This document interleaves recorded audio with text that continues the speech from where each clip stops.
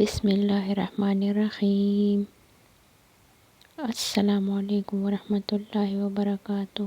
Please آپ Islamic دنیا channel کو لائک کیجیے، فالو کیجیے اور سبسکرائب کیجیے، شکریہ۔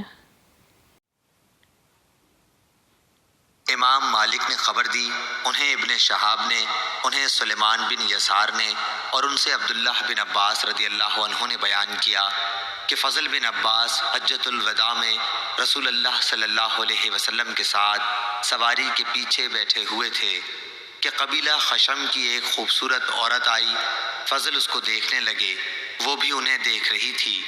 رسول اللہ صلی اللہ علیہ وسلم فضل کا چہرہ بار بار دوسری طرف موڑ دینا چاہتے تھے۔ اس عورت نے کہا کہ یا رسول اللہ، اللہ کا فریضہ حج میرے والد کے لیے ادا کرنا ضروری ہو گیا ہے، لیکن وہ بہت بوڑھے ہیں، اونٹنی پر بیٹھ نہیں سکتے، کیا میں ان کی طرف سے حج بدل کر سکتی ہوں؟ حضور صلی اللہ علیہ وسلم نے فرمایا کہ ہاں، یہ حجۃ الوداع کا واقعہ تھا۔ صحیح بخاری حدیث نمبر 1513۔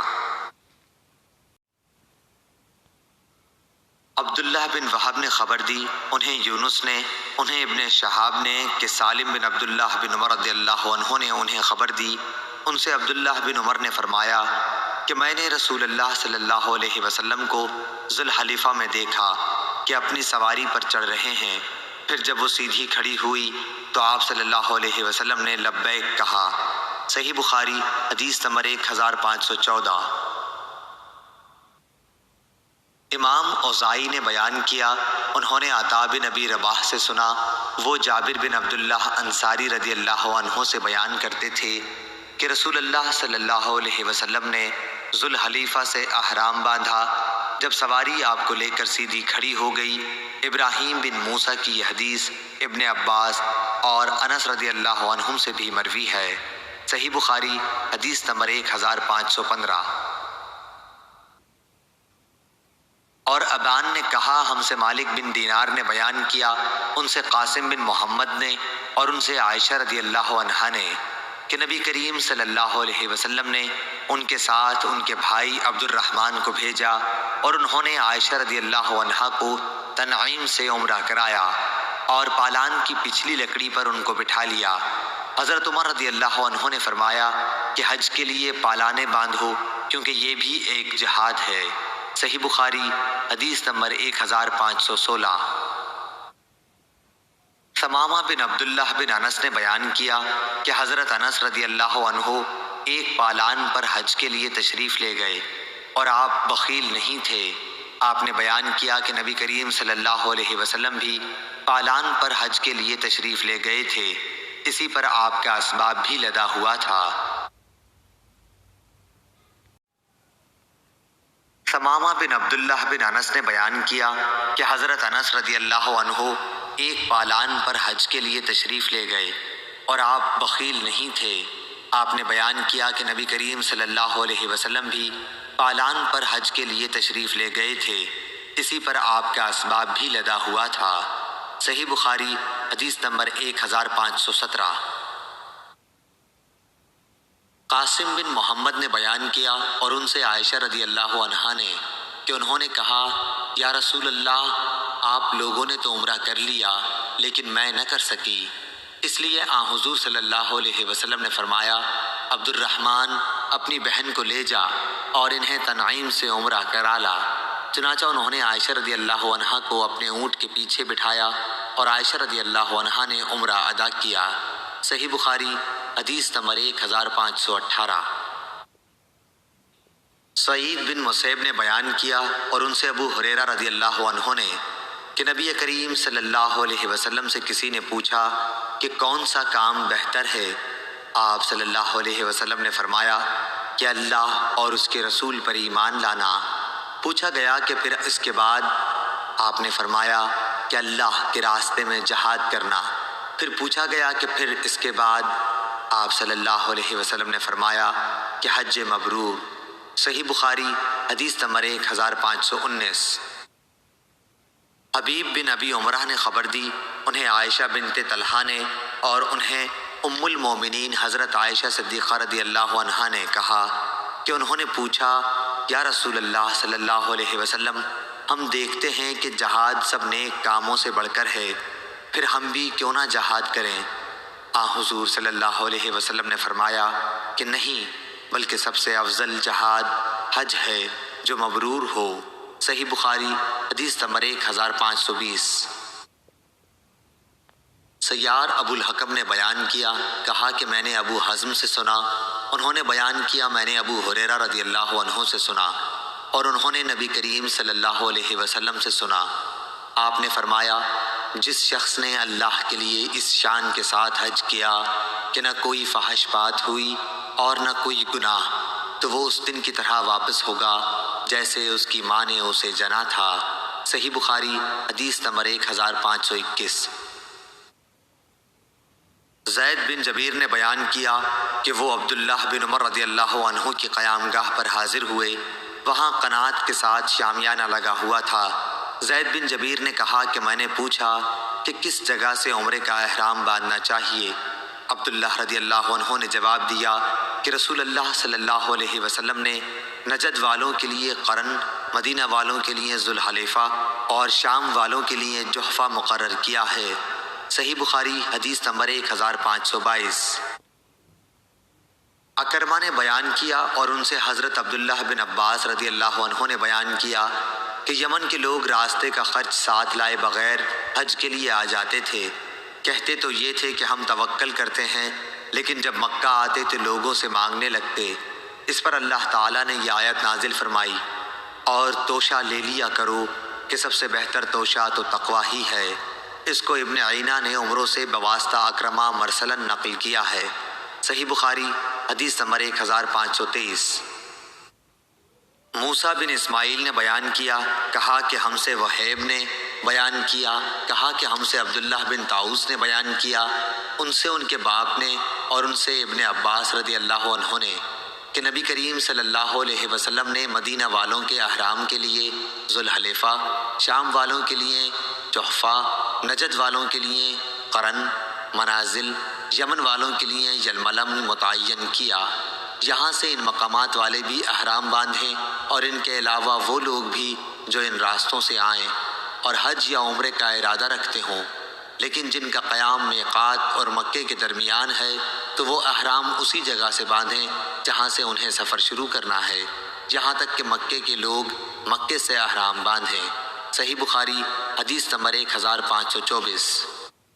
امام مالک نے خبر دی، انہیں نافع نے اور انہیں عبداللہ بن عمر رضی اللہ عنہ نے، کہ رسول اللہ صلی اللہ علیہ وسلم نے فرمایا، مدینہ کے لوگ ذوالحلیفہ سے احرام باندھیں، شام کے لوگ جحفہ سے اور نجد کے لوگ قرن منازل سے۔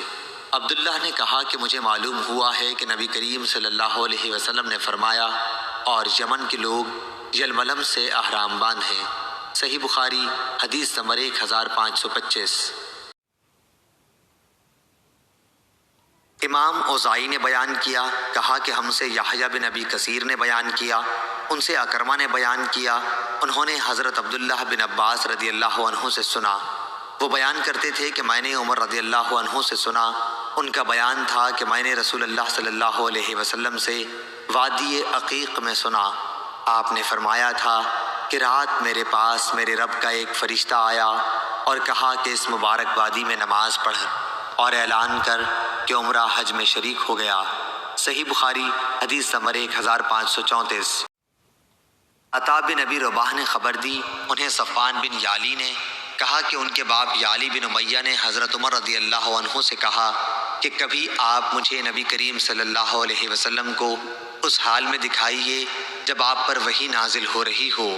انہوں نے بیان کیا کہ ایک بار رسول اللہ صلی اللہ علیہ وسلم جعرانہ میں اپنے اصحاب کی ایک جماعت کے ساتھ ٹھہرے ہوئے تھے کہ ایک شخص نے آ کر پوچھا، یا رسول اللہ صلی اللہ علیہ وسلم، اس شخص کے متعلق آپ کا کیا حکم ہے جس نے عمرے کا احرام اس طرح باندھا کہ اس کے کپڑے خوشبو میں بسے ہوئے ہوں؟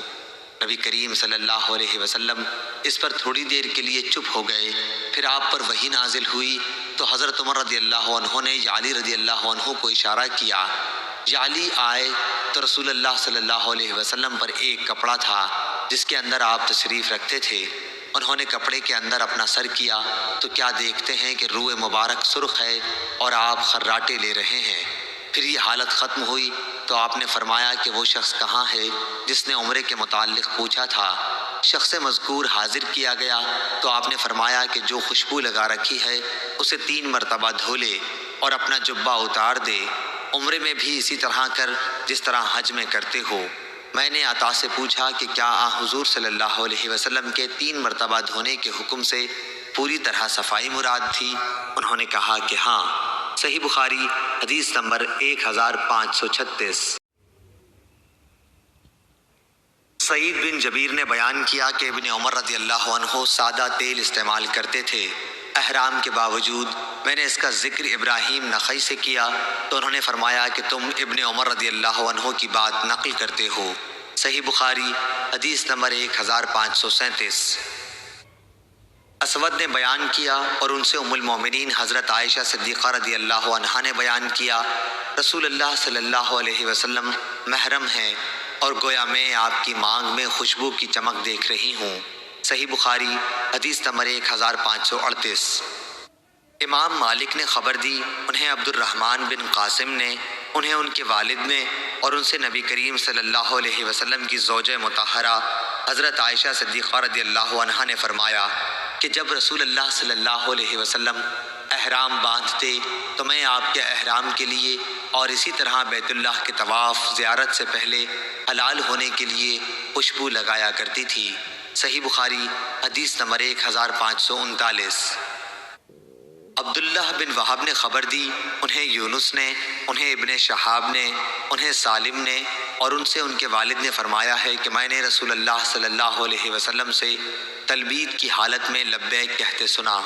صحیح بخاری حدیث نمبر 1540۔ موسیٰ بن عقبہ نے بیان کیا، انہوں نے کہا کہ میں نے سالم بن عبداللہ سے سنا، انہوں نے کہا کہ میں نے ابن عمر رضی اللہ عنہ سے سنا۔ دوسری سند امام بخاری نے کہا اور ہم سے عبداللہ بن مسلمہ قامبی نے بیان کیا، ان سے امام مالک نے، ان سے موسیٰ بن عقبہ نے، ان سے سالم بن عبداللہ نے، انہوں نے اپنے باپ سے سنا، وہ کہہ رہے تھے کہ رسول اللہ صلی اللہ علیہ وسلم نے مسجد ذوالحلیفہ کے قریب ہی پہنچ کر احرام باندھا تھا۔ صحیح بخاری حدیث نمبر 1541۔ امام مالک نے خبر دی، انہیں نافع نے اور انہیں عبداللہ بن عمر رضی اللہ عنہ نے کہ ایک شخص نے پوچھا کہ یا رسول اللہ صلی اللہ علیہ وسلم، محرم کو کس طرح کا کپڑا پہننا چاہیے؟ حضور صلی اللہ علیہ وسلم نے فرمایا، نہ کرتا پہنے، نہ عمامہ باندھے، نہ پاجامہ پہنے، نہ باران کوٹ، نہ موزے، لیکن اگر اس کے پاس جوتی نہ ہو تو وہ موزے اس وقت پہن سکتا ہے جب ٹخنوں کے نیچے سے ان کو کاٹ لیا ہو، اور احرام میں کوئی ایسا کپڑا نہ پہنو جس میں زعفران یا ورس لگا ہوا ہو۔ ابو عبداللہ امام بخاری رحمہ اللہ نے کہا کہ محرم اپنا سر دھو سکتا ہے لیکن کنگھا نہ کرے، بدن بھی نہ کھجلانا چاہیے، اور جوں سر اور بدن سے نکال کر زمین پر ڈالی جا سکتی ہے۔ صحیح بخاری حدیث نمبر 1542۔ جریر بن حازم نے بیان کیا، ان سے یونس بن زید نے، ان سے زہری نے، ان سے عبید اللہ بن عبداللہ نے اور ان سے ابن عباس رضی اللہ عنہ نے کہ عرفات سے مزدلفہ تک اسامہ بن زید رضی اللہ عنہ رسول اللہ صلی اللہ علیہ وسلم کی سواری پر پیچھے بیٹھے ہوئے تھے، پھر مزدلفہ سے منا تک حضرت فضل بن عباس رضی اللہ عنہ بیٹھ گئے تھے۔ دونوں حضرات نے بیان کیا کہ رسول اللہ صلی اللہ علیہ وسلم جمرہ عقبہ کی رمی تک برابر تلبیح کہتے رہے۔ صحیح بخاری حدیث نمبر 1543 1544۔ قریب نے خبر دی اور ان سے عبداللہ بن عباس رضی اللہ عنہ نے بیان کیا کہ حجۃ الوداع میں ظہر اور عصر کے درمیان ہفتے کے دن نبی کریم صلی اللہ علیہ وسلم کنگھا کرنے اور تیل لگانے اور ازار اور رداء پہننے کے بعد اپنے صحابہ رضی اللہ عنہم کے ساتھ مدینے سے نکلے۔ آپ نے اس وقت زعفران میں رنگے ہوئے ایسے کپڑے کے سوا جس کا رنگ بدن پر لگتا ہو کسی قسم کی چادر یا تہبند پہننے سے منع نہیں کیا۔ دن میں آپ ذوالحلیفہ پہنچ گئے اور رات وہیں گزاری۔ آپ سوار ہوئے اور بیدا سے آپ نے اور آپ کے ساتھیوں نے لبیک کہا اور احرام باندھا اور اپنے اونٹوں کو ہار پہنایا۔ ذی قعدہ کے مہینے میں اب 5 دن رہ گئے تھے۔ پھر آپ جب مکہ پہنچے تو ذی الحجہ کے 4 دن گزر چکے تھے۔ آپ نے بیت اللہ کا طواف کیا اور صفا اور مروہ کی سعی کی۔ آپ ابھی حلال نہیں ہوئے کیونکہ قربانی کے جانور آپ کے ساتھ تھے اور آپ نے ان کی گردن میں ہار ڈال دیا تھا۔ آپ حجون پہاڑ کے نزدیک مکے کے بالائی حصے میں اترے۔ حج کا احرام اب بھی باقی تھا۔ بیت اللہ کے طواف کے بعد پھر آپ وہاں اس وقت تک تشریف نہیں لے گئے جب تک میدان عرفات سے واپس نہ ہو لیے۔ آپ نے اپنے ساتھیوں کو حکم دیا تھا کہ وہ بیت اللہ کا طواف کریں اور صفا و مروہ کے درمیان سعی کریں، پھر اپنے سروں کے بال ترشوا کر حلال ہو جائیں۔ یہ فرمان ان لوگوں کے لیے تھا جن کے ساتھ قربانی کے جانور نہیں تھے۔ اگر کسی کے ساتھ اس کی بیوی تھی تو وہ اس سے ہم بستر ہو سکتا تھا۔ اس طرح خوشبودار اور سلے ہوئے کپڑے کا استعمال بھی اس کے لیے جائز تھا۔ صحیح بخاری حدیث نمبر 1545۔ ابن جریج نے خبر دی، انہوں نے کہا مجھ سے محمد بن المنکدر نے بیان کیا اور ان سے انس بن مالک رضی اللہ عنہ نے بیان کیا۔ انہوں نے کہا کہ نبی کریم صلی اللہ علیہ وسلم نے مدینے میں 4 رکعتیں پڑھیں لیکن ذوالحلیفہ میں 2 رکعت ادا فرمائیں۔ پھر آپ نے رات وہیں گزاری۔ صبح کے وقت جب آپ اپنی سواری پر سوار ہوئے تو آپ نے لبیک پکار دی۔ صحیح بخاری حدیث نمبر 1546۔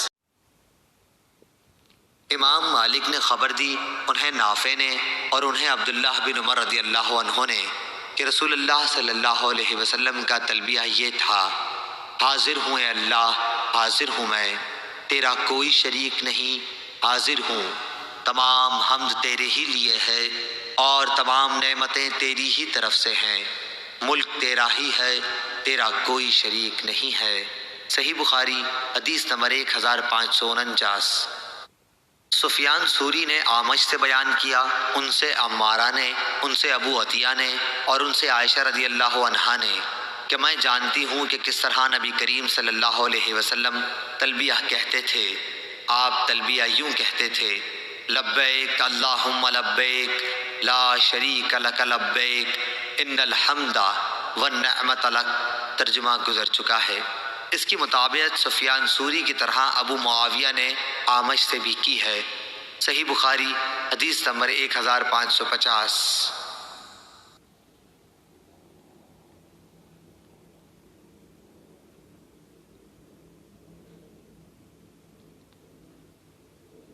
ایوب سختیانی نے بیان کیا، ان سے ابو قلابہ نے اور ان سے انس نے کہ رسول اللہ صلی اللہ علیہ وسلم نے مدینے میں، ہم بھی آپ کے ساتھ تھے، ظہر کی 4 رکعت پڑھی اور ذوالحلیفہ میں عصر کی نماز 2 رکعت۔ آپ رات کو وہیں رہے۔ صبح ہوئی تو مقام بیدا سے سواری پر بیٹھتے ہوئے اللہ تعالیٰ کی حمد، اس کی تسبیح اور تکبیر کہی۔ پھر حج اور عمرے کے لیے ایک ساتھ احرام باندھا اور لوگوں نے بھی آپ کے ساتھ دونوں کا ایک ساتھ احرام باندھا، یعنی قرآن کیا۔ جب ہم مکہ آئے تو آپ کے حکم سے جن لوگوں نے حج تمتع کا احرام باندھا تھا ان سب نے احرام کھول دیا۔ پھر 8ویں تاریخ میں سب نے حج کا احرام باندھا۔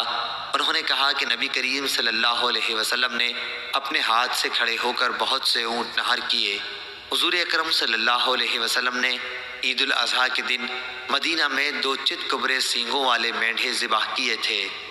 ابو عبداللہ امام بخاری نے کہا کہ بعض لوگ اس حدیث کو یوں روایت کرتے ہیں ایوب سے، انہوں نے ایک شخص سے، انہوں نے انس سے۔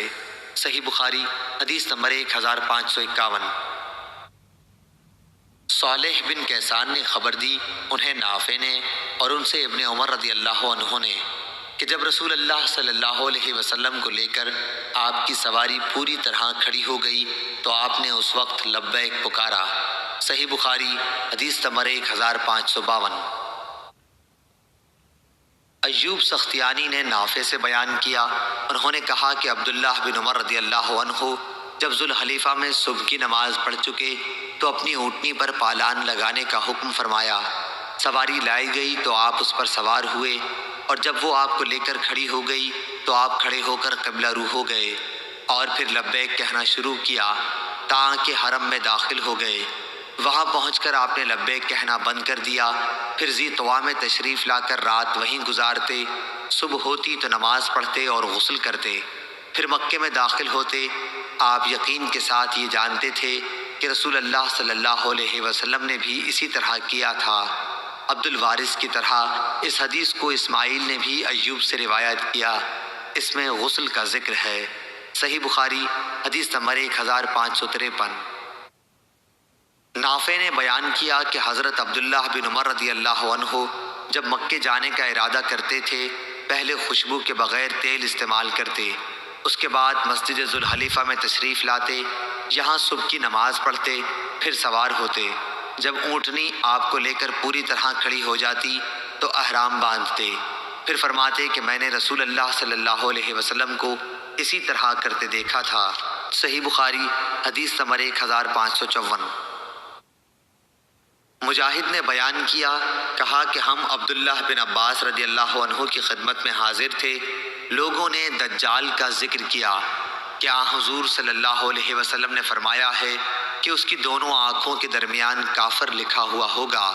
تو ابن عباس رضی اللہ عنہ نے فرمایا کہ میں نے تو یہ نہیں سنا، ہاں آپ نے یہ فرمایا تھا کہ گویا میں موسیٰ علیہ السلام کو دیکھ رہا ہوں کہ جب آپ نالے میں اترے تو لبیک کہہ رہے ہیں۔ صحیح بخاری حدیث نمبر 1555۔